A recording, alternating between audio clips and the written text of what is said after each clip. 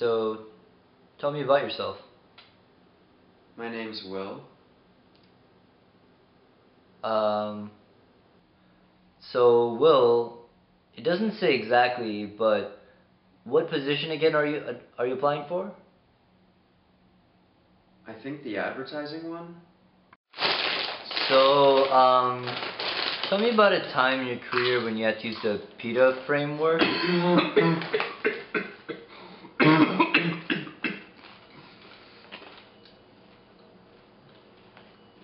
What?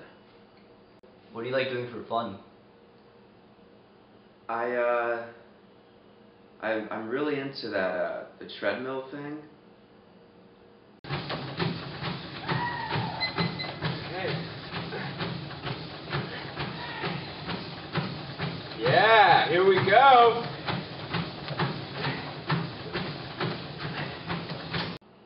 And I like to meet really hot girls.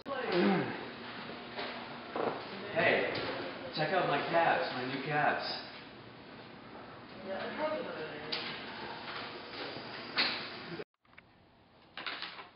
It says here that you're a biomedical engineer from Georgia Tech. How exactly does this translate into the position that you're interviewing for?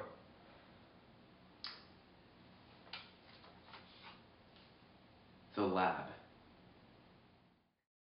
Online marketing is a multi-billion-dollar industry seeing slowed growth due to an oversaturation of advertising.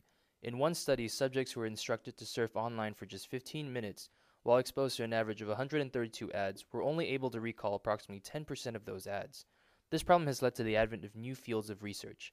In these fields, neuroscience methodologies are applied to understand the subconscious brain patterns behind how potential customers respond to certain stimuli and how to best use these stimuli in marketing. If we can determine how to visually distract consumers from the main website content onto ads, we may provide valuable insight to advertising firms. This experiment focused on the purpose of determining which types of ads are the most visually distracting. We presented 3 common representations of ads: static text ads, static picture ads, and animated rich media to subjects in our study. The study tested the hypothesis that animated rich media are more visually distracting than static text or static picture ads if subjects are exposed to them on a screen. A PlayStation Eye tracked the eye of a subject at a high frame rate of 120 Hz in order to capture the minute details of eye movement. The subject was instructed to view slides on a 14-inch widescreen laptop placed 19 inches away from his eyes, while his head was stabilized on a chin rest. The subjects were first told a false statement of purpose to limit hindsight bias in the dataset.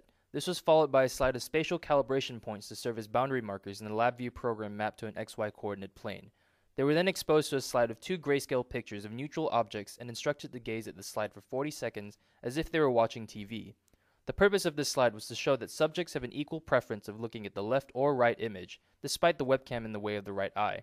After a 2-minute break, the subjects were then revealed pairs of different pictures with the instruction to only look at the left image for 40 seconds. The first slide consisted of 2 identical images placed side by side as a control. The second slide contained a text-based visual distractor, the third an animated visual distractor, and the final slide had a colored visual distractor. A straight edge detect function was used to track horizontal movement of the eye mapped to a coordinate plane. For simplicity, the vertical axis was disregarded. A distraction was recorded whenever a subject's eye passed a 5% threshold from the center to the right of the screen.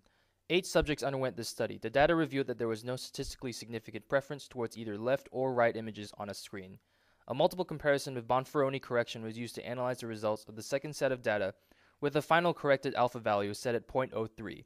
We observed that all visual distractors significantly diverted attention away from the left image by up to 2% in time compared to the control.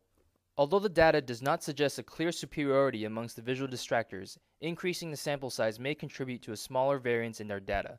Additionally, biases relating to the various assumptions we had made in this study may have also skewed our results.